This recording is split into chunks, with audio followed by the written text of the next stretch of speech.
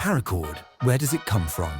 Well, to answer that we have to go all the way back to 1935 when Wallace Carruthers at DuPont invented nylon, a synthetic alternative to silk. During World War II, nylon was used for parachutes and the cords became known as paracord. Soldiers relied on it for everything from tying gear to emergency repairs. After the war, paracord entered civilian life and became a favorite of outdoorsmen and crafters. Its strength and flexibility made it perfect for bracelets, belts, and even dog leashes.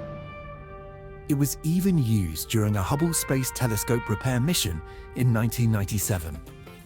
In the early 2000s, paracord bracelets gained popularity in survival and DIY circles. Designs like the Cobra and Sanctified became the foundation for countless variations. Today, paracord is a symbol of resilience, creativity, and innovation. What will you create with it?